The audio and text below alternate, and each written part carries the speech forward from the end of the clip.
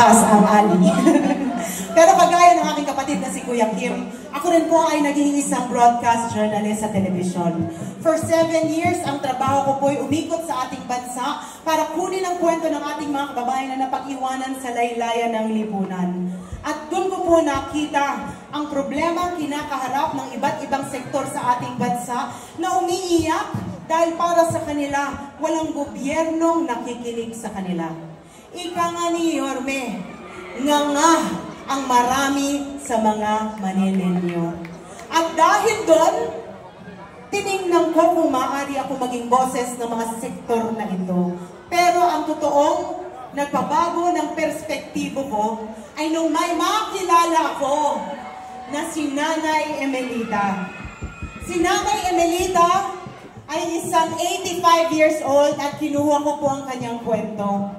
Nalaman ko na siya ay malapit ng mamaalam sa mundo dahil meron siyang malubhang sakit.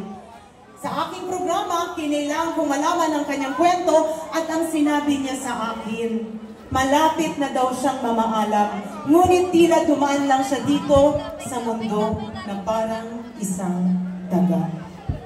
Para sa akin, ang sabi ng Panginoon, mahal niya tayong lahat.